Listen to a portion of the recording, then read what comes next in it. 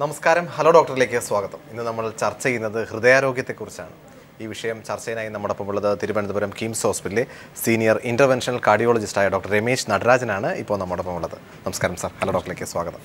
Sir, ഈ നമുക്കറിയാം world heart day just ഒന്ന് കടന്നു പോയത്. ഇന്നലെ നമ്മൾ വേൾഡ് ഹാർട്ട് ഡേ നല്ല രീതിയിൽ തന്നെ ആചരിച്ചു. എല്ലാ മാധ്യമങ്ങളും മിക്ക ഗവൺമെൻറ് ഇൻസ്റ്റിറ്റ്യൂഷനും അതുപോലെ തന്നെ പൊതുമേഖലയിലുള്ള ഇൻസ്റ്റിറ്റ്യൂഷൻസും പ്രൈവറ്റ് ഇൻസ്റ്റിറ്റ്യൂഷൻസും ഒക്കെ ഈ വേൾഡ് ഹാർട്ട് ഡേക്ക് ഒരുപാട് പ്രോഗ്രാംസുകൾ കണ്ടക്ട് ചെയ്തിരുന്നു. അതുപോലെ തന്നെ പലതരത്തിലുള്ള ക്യാമ്പുകൾ കണ്ടെത്തി വലിയൊരു ഗ്രൂപ്പിനെ എടുത്തിട്ട് കുറച്ച് റിസ്ക് ഗ്രൂപ്പിനെ ഐഡൻറ്റിഫൈ ചെയ്ത് വച്ചിരിക്കുന്ന ഒരു സമയത്താണ് നമ്മൾ ഈ പ്രോഗ്രാം ചെയ്യുന്നത്. ഇപ്പോഴത്തെ ഈ വർഷത്തെ തീം തന്നെ യഥാർത്ഥത്തിൽ ഹൃദയാരോഗ്യവുമായി ബന്ധപ്പെട്ടാണ് ഇത്തരത്തിലുള്ള തീം കൊണ്ടിട്ടുള്ളത്. നമ്മൾ തിരുവനന്തപുരം കിംസ് ആശുപത്രിയിൽ ഇത്തരം ക്യാമ്പുകൾ എത്രത്തോളം ഫലവത്തായിട്ട് നമുക്ക് നടത്താൻ സാധിക്കുന്നുണ്ട്? ഇത്തവണത്തെ വേൾഡ് ഹാർട്ട് ഡേയുടെ തീമെന്ന് പറയുന്നത് നമ്മൾ പ്രവർത്തിക്കുന്ന നമ്മുടെ താമസ സ്ഥലത്ത് അല്ലെങ്കിൽ നമ്മൾ ജോലി ചെയ്യുന്ന സ്ഥലത്തും നമുക്ക് ഹൃദയാരോഗ്യത്തിന് വേണ്ട സാഹചര്യം ഉണ്ടാക്കിയെടുക്കുക എന്നുള്ളതാണ്. ഇത്തവണ കിംസിലും നമ്മൾ വളരെയധികം സെമിനാർസും പലയിടത്തും കണ്ടക്ട് ചെയ്തു, അതുപോലെ ക്യാമ്പ് കണ്ടക്ട് ചെയ്തു. ഈ പ്രധാനമായിട്ടും നമ്മൾ ഹൃദയാരോഗ്യത്തെപ്പറ്റി പറയുമ്പോൾ ഏകദേശം 80% ഹൃദ്രോഗത്തിൻ്റെ ഏകദേശം 80% നമുക്ക് പ്രിവെൻറ്റ് ചെയ്യാൻ പറ്റും. അതായത് വളരെ ലളിതമായ വഴികളിലൂടെ നമുക്ക് പ്രിവെൻറ്റ് ചെയ്യാം. ഉദാഹരണത്തിന് ഇപ്പോൾ പ്രമേഹം നിയന്ത്രിക്കുക, ഉയർന്ന രക്തസമ്മർദ്ദം നിയന്ത്രിക്കുക, നല്ല ആഹാര രീതി നമ്മുടെ ഇതാക്കുക. അപ്പോൾ ഇങ്ങനെ ഈ രീതിയിലൂടെ നമുക്ക് ഒരു 80% ഹൃദ്രോഗത്തെ നമുക്ക് ചെറുത്ത് നിൽക്കാൻ സാധിക്കും. 20% നമുക്കൊന്നും ചെയ്യാൻ പറ്റില്ല. ഫാമിലി ഹിസ്റ്ററിയും മറ്റു ഇതാണ്. തീർച്ചയായിട്ടും സാർ, നമുക്കറിയാം നമ്മൾ ഇത്തരത്തിലുള്ള ക്യാമ്പുകൾ നടത്തുന്നത്, അല്ലെങ്കിൽ ക്യാമ്പിലേക്ക് തന്നെ ചോദിക്കട്ടെ സാർ, ഇത്തരം ക്യാമ്പുകൾ നടത്തുമ്പോൾ ഒരു വലിയ ഗ്രൂപ്പാണ്, അല്ലെങ്കിൽ 500-1000 പേരുടെ ഒരു ഗ്രൂപ്പിയുടെ ബ്ലഡ് ടെസ്റ്റ് ചെയ്ത് അവരുടെ ഹിസ്റ്ററി എടുക്കുന്നു.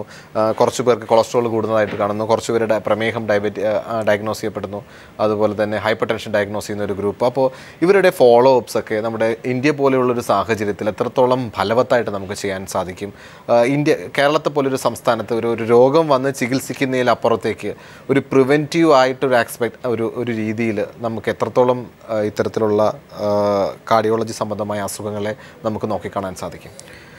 തീർച്ചയായിട്ടും ഈ ഹൃദ്രോഗത്തിൻ്റെ കാര്യത്തിൽ പ്രത്യേകിച്ചും നമ്മൾ ഹൃദ്രോഗം വന്നിട്ട് ചികിത്സിക്കുന്നതിനേക്കാളും നമുക്കത് എത്രത്തോളം നമുക്ക് പ്രിവെൻറ്റ് ചെയ്യാൻ സാധിക്കും അതിലാണ് വളരെ പ്രാധാന്യം നൽകേണ്ടതായിട്ടുണ്ട്.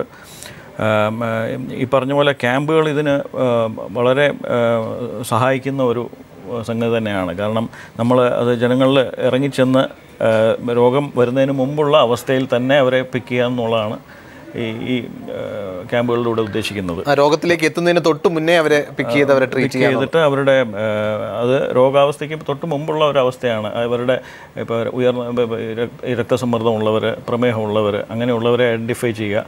അവർക്ക് ഏതെല്ലാം രീതിയിലുള്ള ജീവിതശൈലിയിലുള്ള വ്യത്യാസങ്ങൾ ആണ് വരുത്തേണ്ടത് എന്നുള്ള ഉപദേശങ്ങൾ കൊടുക്കുക. ട്രെഡ്മിൽ പോലത്തെ ടെസ്റ്റുകൾ നേരത്തെ തന്നെ ചെയ്ത് ചിലർക്ക് ഇപ്പോൾ പ്രമേഹമുള്ളവർക്ക് ചിലപ്പോൾ നെഞ്ചുവേദന ഉണ്ടാകണമെന്നില്ല. അപ്പോൾ അവർക്ക് ട്രെഡ്മിൽ ടെസ്റ്റിൽ എന്തെങ്കിലും വ്യതിയാനങ്ങൾ കണ്ടാൽ അവർക്ക് അതിനനുസരിച്ചുള്ള ട്രീറ്റ്മെൻറ്റ് നേരത്തെ സ്റ്റാർട്ട് ചെയ്യാനും ജീവിതശൈലി വരുത്തേണ്ട മാറ്റങ്ങളെക്കുറിച്ചുള്ള അഡ്വൈസസ് കൊടുക്കാനും ചില മരുന്നുകളും പ്രിവെൻറ്റീവായിട്ടുള്ള ചില മരുന്നുകളും ഇപ്പോൾ അവൈലബിൾ ആയിട്ടുണ്ട്. അപ്പോൾ ഇവയെല്ലാം സ്റ്റാർട്ട് ചെയ്യാനും സാധിക്കുന്നു. നമ്മൾ ടോപ്പിക് എടുത്ത് തന്നെ ഹൃദയാരോഗ്യം എന്നൊരു ടോപ്പിക്കാണ്. നമുക്കറിയാം വളരെ സ്ട്രെസ്ഫുള്ളായിട്ടുള്ളൊരു ജീവിതശൈലിയിൽ തന്നെയാണ് യഥാർത്ഥത്തിൽ ഒരു കുട്ടിക്കാലം മുതലേ കുട്ടികൾ അല്ലെങ്കിൽ ആൾക്കാർ കടന്നു പോകുന്നത്. പ്രത്യേകിച്ച് ഒരു ജോലിയൊക്കെ കിട്ടിക്കഴിഞ്ഞാൽ IT ഫീൽഡിലെ ജോലിയൊന്നും പലപ്പോഴും നമുക്ക് അവരുടെ സ്ട്രെസ് ലെവൽ പലപ്പോഴും അളന്ന് നോക്കുമ്പോൾ നമുക്ക് പേടിയാകുന്ന തരത്തിലേക്ക് തന്നെ ഈ സ്ട്രെസ് ലെവൽ പോകാറുണ്ട്. ഒരു 12 മണിക്കൂറോളം സിസ്റ്റത്തിന് മുന്നിലും, അതുപോലെ തന്നെ അവരുടെ ആഹാര രീതിയിലുണ്ടാകുന്ന വ്യത്യാസങ്ങൾ, അതുപോലെ വളരെ സ്ട്രെസ്ഡ് ആയിട്ടുള്ള ഒരു ടാർഗറ്റ് ഓറിയൻറ്റഡ് ആയിട്ട് വർക്ക് ചെയ്യേണ്ടി വരുന്നൊരവസ്ഥ. അപ്പോൾ അത്തരം സിറ്റുവേഷനിൽ നമ്മൾക്ക് ഈ ഹൃദയാരോഗ്യം എന്ന് പറയുന്ന ഒരു സിറ്റുവേഷൻ അവരിടയിലേക്ക് എത്രത്തോളം കൊണ്ടെത്താൻ സാധിക്കും? ഇത്തരം സിറ്റുവേഷൻസ് ഹൃദയത്തിൻ്റെ ഒരു രീതി നമുക്ക് മോശപ്പെടുത്താനായിട്ട് പെട്ടെന്ന് സാധിക്കും? ഈ പറഞ്ഞ പോലെ ഈ ഉയർന്ന സ്ട്രെസ്സിൽ വർക്ക് ചെയ്യുന്ന ഉദാഹരണത്തിന് ഇപ്പോൾ ടെക്നോ പാർക്കിലൊക്കെയുള്ള അവർക്ക് വേണ്ടി ഞങ്ങൾ ഹോസ്പിറ്റലിൽ നിന്ന് ഇപ്പോൾ കുറച്ച് സെമിനാർസൊക്കെ കണ്ടക്ട് ചെയ്യുന്നുണ്ടായി. 12 മണിക്കൂർ നിലനിൽക്കുന്ന വർക്ക്. അതെ, ഈ സ്ട്രെസ്സ് ഹൃദയാരോഗ്യത്തിനെ ഗുരുതരമായിട്ട് ബാധിക്കുന്ന ഒരു സംഗതി തന്നെയാണ്. അപ്പോൾ പ്രത്യേകിച്ച് ഈ ഉയർന്ന ചില സ്ട്രെസ്ഫുള്ളായിട്ടുള്ള സിറ്റുവേഷൻസിൽ ഹൃദയാഘാതത്തിന് തുല്യമായ രീതിയിലുള്ള ഒരു വേദന, ഡിസ്കംഫർട്ട് ഉണ്ടാവാറുണ്ട്. ഈ സ്ട്രെസ് കൊണ്ട് തന്നെ ഉണ്ടാകുന്ന ഒരു പ്രത്യേക രോഗവും ഇപ്പോൾ ഡിസ്ക്രൈബ് ചെയ്തിട്ടുണ്ട്. സ്ട്രെസ് കാർഡിയോമയോപ്പതി എന്ന് പറയും. അപ്പോൾ അത് അങ്ങനെയുള്ള രോഗികളുടെ നമ്മളിപ്പോൾ ഒരു ആൻജിയോഗ്രാം ചെയ്ത് നോക്കിയാൽ രക്തക്കുഴലിൽ ബ്ലോക്ക് ഉണ്ടാവണമെന്നില്ല. പക്ഷേ ഒരു ഹൃദ്രോഗത്തിൻ്റെ എല്ലാ ലക്ഷണങ്ങളും അവർ കാണിക്കുകയും ECGയിലും എല്ലാം അതിൻ്റെ ലക്ഷണങ്ങൾ ഉണ്ടാവുകയും ചെയ്യും. സ്ട്രെസ്സ് നമ്മുടെ നിത്യജീവിതത്തിലുള്ള ഒരു ഒഴിച്ചുകൂടാൻ പറ്റാത്ത ഒരു സംഗതിയാണ്. അപ്പോൾ അതിനെ ഏതെല്ലാം രീതിയിൽ നമുക്കതിനെ തടഞ്ഞു നിർത്താൻ സാധിക്കുന്നുള്ളത് ഓരോരുത്തരും ചിന്തിക്കേണ്ടതാണ്. അതിനുവേണ്ടി ശ്രമിക്കേണ്ടതുമാണ്. തീർച്ചയായിട്ടും സാർ, അതിലേക്ക് തന്നെ തിരിച്ചു വരാം. ഹൃദയാരോഗ്യത്തിൻ്റെ കൂടെ പറഞ്ഞു, IT ഫീൽഡിൻ്റെ കാര്യം പറഞ്ഞു. ഇപ്പോൾ നമുക്കറിയാം, ഒരു വലിയ ജനസമൂഹം, ഒരു 20 വയസ്സ് കഴിഞ്ഞിട്ടുണ്ടാകുന്ന ഒരു വലിയ ജനസമൂഹം, കോളേജ് വിദ്യാർത്ഥികൾ അടങ്ങുന്ന ഒരു വലിയ ജനസമൂഹം ഈ ഇപ്പോഴത്തെ ഫാസ്റ്റ് ഫുഡ് സംസ്കാരവും എക്സസൈസ് ഇല്ലായ്മയൊക്കെ കൊണ്ട് തന്നെ അവരുടെ കൊളസ്ട്രോൾ നോക്കിക്കഴിഞ്ഞാൽ ചിലപ്പോൾ ഒരു പനിയായിട്ട് പോകുമ്പോഴായിരിക്കും ഒരു കൊളസ്ട്രോൾ ചെക്ക് ചെയ്ത് നോക്കുമ്പോൾ ഒരു ഹയർ ലെവൽ ഓഫ് കൊളസ്ട്രോൾ കാണുക. അപ്പോൾ ഇത്തരം സാഹചര്യങ്ങളിൽ സാധാരണഗതിയിൽ അവർക്ക് വേറെ ഒരു ബുദ്ധിമുട്ടും ഇല്ലാത്ത സമയത്ത് എപ്പോഴും ഒരു മിഥ്യാധാരണയുണ്ട്, കൊളസ്ട്രോളിന് ഒക്കെ മരുന്ന് സ്റ്റാർട്ട് ചെയ്ത് കഴിഞ്ഞാൽ ലൈഫ് ലോങ് കഴിക്കേണ്ടി വരും. അതുകൊണ്ട് എത്രത്തോളം സ്ട്രെച്ച് ചെയ്ത് കഴിക്കാതിരിക്കുമോ അത്രത്തോളം നല്ലത് എന്നുള്ളൊരു അത്തരത്തിലുള്ളൊരു ബോധം, ഒരു ധാരണ ജനങ്ങൾക്കിടയിലുണ്ട്. എന്താണ് ആ ഒരു സിറ്റുവേഷനിൽ നമ്മൾ ചെയ്യുക? ഒരു കൊളസ്ട്രോൾ കൂടി നിൽക്കുന്ന ഒരു അവസ്ഥയിൽ നമ്മൾ കണ്ടെത്തിയാൽ ഒരു ആക്സിഡൻ്റ് ആയിട്ടായിരിക്കും ഒരു പക്ഷേ കാണുക. അപ്പോൾ അത്തരം സിറ്റുവേഷനിൽ നമ്മൾ എന്താണ് ചെയ്യുക? ഇത്തരം കൊളസ്ട്രോൾ ഒരു 20 വയസ്സിലെ അല്ലെങ്കിൽ 30 വയസ്സിനകത്ത് തന്നെ ഇത്തരം കൊളസ്ട്രോൾ കൂടി നിൽക്കുന്ന ഒരു അവസ്ഥയിൽ കണ്ടെത്തി കഴിഞ്ഞാൽ അത് ഹൃദയത്തെ ഏതെങ്കിലും രീതിയിൽ ബാധിക്കാനുള്ള സാധ്യതയുണ്ടോ? വളരെ നല്ല ചോദ്യമാണ്. നിങ്ങൾ പറഞ്ഞ പോലെ ഈ പലപ്പോഴും കൊളസ്ട്രോൾ കണ്ടുപിടിക്കുന്നത് ഇങ്ങനെയാണ്. മറ്റെന്തെങ്കിലും അസുഖത്തിനായിട്ട് ഡോക്ടറെ അടുത്ത് പോകുമ്പോൾ, അല്ലെങ്കിൽ ഈ നേരത്തെ പറഞ്ഞ പോലെയുള്ള ക്യാമ്പുകളിൽ, അല്ലെങ്കിൽ ഇതുപോലുള്ള എക്സിക്യൂട്ടീവ് ചെക്കപ്പ്, ഇതിലൊക്കെയാണ് നമ്മൾ ഇത് കണ്ടുപിടിക്കുന്നത്. ഈ ചെറുപ്പക്കാരിൽ 25 വയസ്സ് 30 വയസ്സിനിടയ്ക്കുള്ളവരിൽ വളരെയധികം ഇത് കണ്ടുവരുന്നുണ്ട് ഇപ്പോഴും. ഇപ്പോഴത്തെ ഈ പറഞ്ഞ ആഹാര രീതി കാരണമാണത്. ഇങ്ങനെയുള്ളവർക്ക് നമ്മൾ ഈ ഉയർന്ന കൊഴുപ്പ്, പ്രത്യേകിച്ച് ബാഡ് കൊളസ്ട്രോൾ ഹൈ ലെവലിൽ വളരെ കാലം നിൽക്കുമ്പോഴാണ് അത് ഹൃദയത്തിലെ ബാധിക്കുന്നതും രക്തക്കുഴലുകളെ ബാധിക്കുന്നതുമൊക്കെ. അപ്പോൾ കണ്ടുപിടിച്ച ഉടനെ തന്നെ അതിന് മരുന്ന് സ്റ്റാർട്ട് ചെയ്യുന്നതായിട്ടുള്ള ഒരു സിറ്റുവേഷൻ ഇല്ല. അങ്ങനെ ഒരു ആങ്സൈറ്റി വെക്കേണ്ട കാര്യമില്ല. പക്ഷേ അത് കണ്ടുപിടിച്ചാൽ അതിൻ്റെ ഡോക്ടറെ കണ്ട് അതിൻ്റെ അളവുകൾ എത്രത്തോളമാണ് എന്ന് മനസ്സിലാക്കിയിട്ട് നമ്മുടെ ജീവിതശൈലിയിൽ വരുത്തേണ്ട മാറ്റങ്ങൾ ഉടൻ തന്നെ വരുത്തി തുടങ്ങണം. പ്രത്യേകിച്ച് കൂടുതൽ ഭാരമുള്ള വ്യക്തിയാണെങ്കിൽ, ഒബേസ് ഇൻഡിവിജ്വൽ ആണെങ്കിൽ വെയിറ്റ് കുറയ്ക്കാനും റുട്ടീനായിട്ടുള്ള വ്യായാമം ചെയ്യാനും വളരെയധികം ശ്രദ്ധിക്കണം. വെയിറ്റ് കുറച്ചുകൊണ്ട് വന്നു കഴിഞ്ഞാൽ തന്നെ കൊളസ്ട്രോളിൻ്റെ അളവ് ഒരു നല്ല പരിധി കുറയ്ക്കും. പിന്നെ ആഹാരത്തിൽ വരുത്തേണ്ട മാറ്റങ്ങൾ, പ്രത്യേകിച്ച് പൂരിത കൊഴുപ്പുകൾ അടങ്ങിയ ആഹാരങ്ങൾ അവോയ്ഡ് ചെയ്ത് പോവുക. ഫ്രൈഡ് ഫുഡ്സ്, ഫാസ്റ്റ് ഫുഡ്സ്, ഇതൊക്കെ റെസ്ട്രിക്റ്റ് ചെയ്ത് പോവുക. ഇത് തുടക്കത്തിൽ തന്നെ ചെയ്യുക. പലപ്പോഴും ഇങ്ങനെ ഹൈ കൊളസ്ട്രോൾ കാണുന്നവർക്ക് നമ്മളൊരു 6 മാസം വരെ ഇങ്ങനെ ഒരു ഫുഡിൻ്റെയും ലൈഫ് സ്റ്റൈൽ ചേഞ്ചസിൻ്റെയും ഒരു ട്രയൽ കൊടുക്കും. അതിനുശേഷം വീണ്ടും ഒരു കൊളസ്ട്രോൾ ഒന്നും കൂടെ അസസ് ചെയ്തിട്ടാണ് നമുക്ക് മരുന്ന് വേണമോ വേണ്ടയോ. കാരണം പലപ്പോഴും ഇത് ആഹാരത്തിൻ്റെ മാത്രമായിരിക്കണം എന്നില്ല. ഒരു ചെറിയ ശതമാനത്തിൽ ഇത് ജനിതക കാരണങ്ങൾ കൊണ്ട് തന്നെ ഈ കൊളസ്ട്രോൾ ഹൈ ആയിട്ട് കാണാറുണ്ട്. സർ, കേരളത്തിൻ്റെ അറ്റ്മോസ്ഫിയറിൽ അതറിയാം, ഒരുപാട് ഇത്തരം പേഷ്യൻസിനെ ഹാൻഡിൽ ചെയ്യുന്ന ഒരു ഡോക്ടർ എന്നുള്ള നിലയിൽ കേരളത്തിലെ സാഹചര്യത്തിൽ ഈ കൊളസ്ട്രോൾ കൂടി നിൽക്കുന്നവരുടെ അളവ് എത്രത്തോളമുണ്ട്? കൂടുതൽ പേർക്കും അല്ലെങ്കിൽ യങ്സ്റ്റേഴ്സിൻ്റെ കൂടുതൽ പേരും ഇത് അൺഐഡൻറ്റിഫൈഡ് ആയിട്ട് ഒരു അത്തരത്തിൽ തന്നെയാണോ ഇത് പോവുക? അതായത് ഇപ്പോൾ ഒരു കോളേജിൽ പഠിക്കുന്ന അല്ലെങ്കിൽ 25 വയസ്സുള്ള ആൾക്കാർ, അല്ലെങ്കിൽ 25-നും 30-നും വയസ്സുള്ള ഒരു ഗ്രൂപ്പ് എടുത്തു കഴിഞ്ഞാൽ കൂടുതൽ പേർക്കും ഇത് അൺഐഡൻറ്റിഫൈഡ് അല്ലെങ്കിൽ കണ്ടുപിടിക്കാൻ സാധിക്കാതെ തന്നെ പോവുകയാണോ യഥാർത്ഥത്തിൽ? അതുകൊണ്ട് തന്നെ നമ്മൾ 25 വയസ്സ് കഴിയുന്നവർക്ക് ഒരു ലിപ്പിഡ് പ്രൊഫൈൽ ചെയ്ത് നോക്കണം എന്ന് അഡ്വൈസ് ചെയ്യാറുണ്ട്. കാരണം അത് അങ്ങനെ ടെസ്റ്റ് ചെയ്ത് നോക്കിയെങ്കിൽ മാത്രമേ അത് മനസ്സിലാക്കാൻ സാധിക്കുകയുള്ളൂ.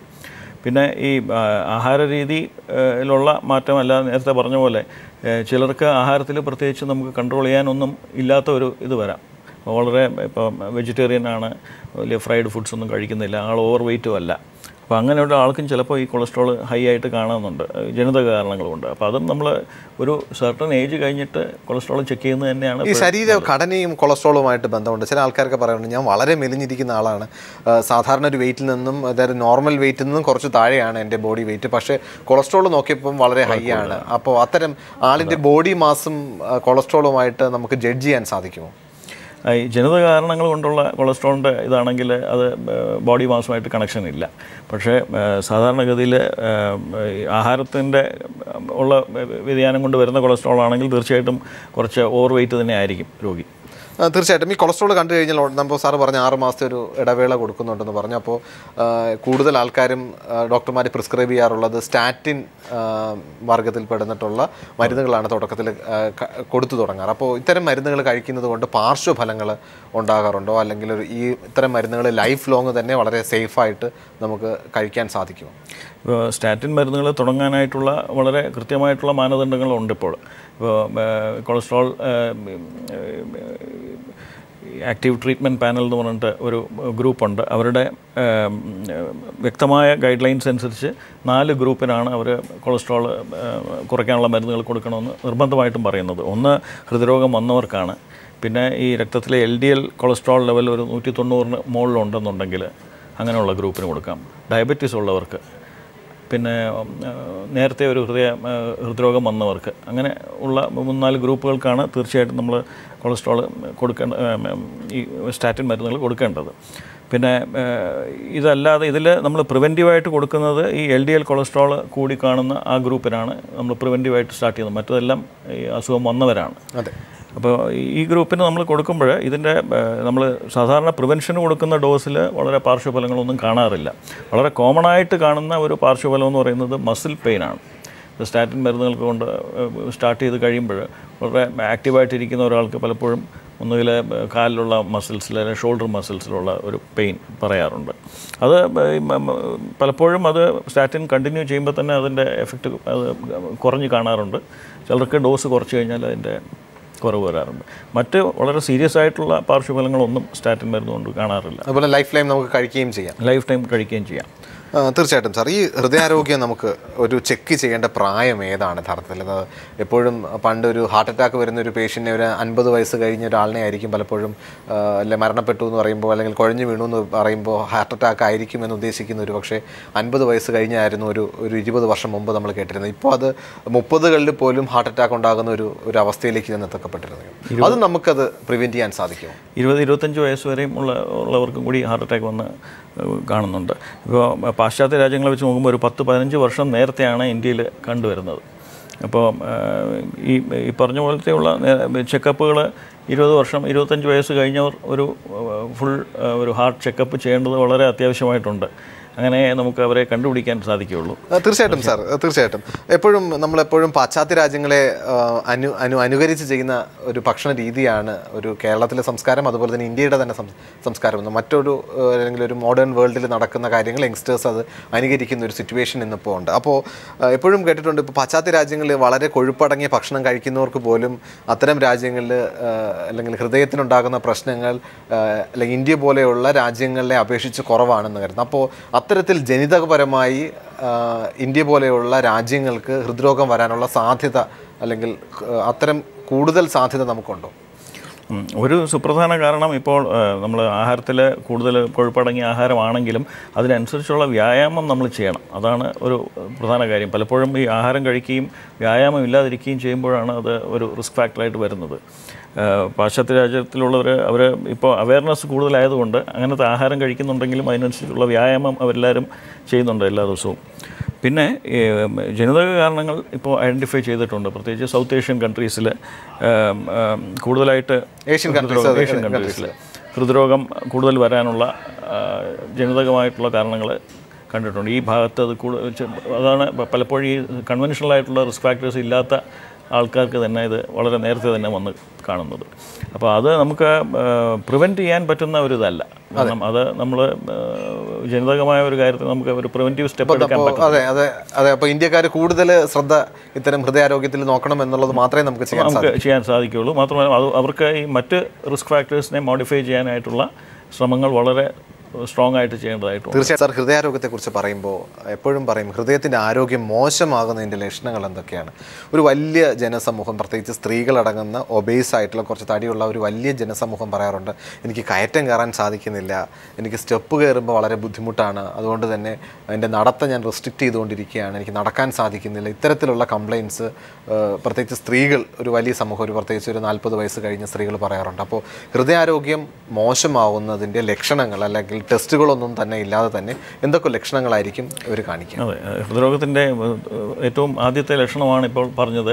നമ്മൾ പ്രത്യേകിച്ച് കൂടുതൽ കയറ്റം കയറുമ്പോൾ അല്ലെങ്കിൽ കൂടുതലായിട്ട് നമ്മൾ സ്ട്രെനുവസ് ആയിട്ടുള്ള വർക്ക് ചെയ്യുമ്പോൾ ശ്വാസം മുട്ടുണ്ടാകുക അല്ലെങ്കിൽ നെഞ്ചിന് ഒരു നോർമൽ ആക്ടിവിറ്റീസിൽ അവർക്ക് യാതൊരുവിധ സിംറ്റംസ് ഉണ്ടാവില്ല.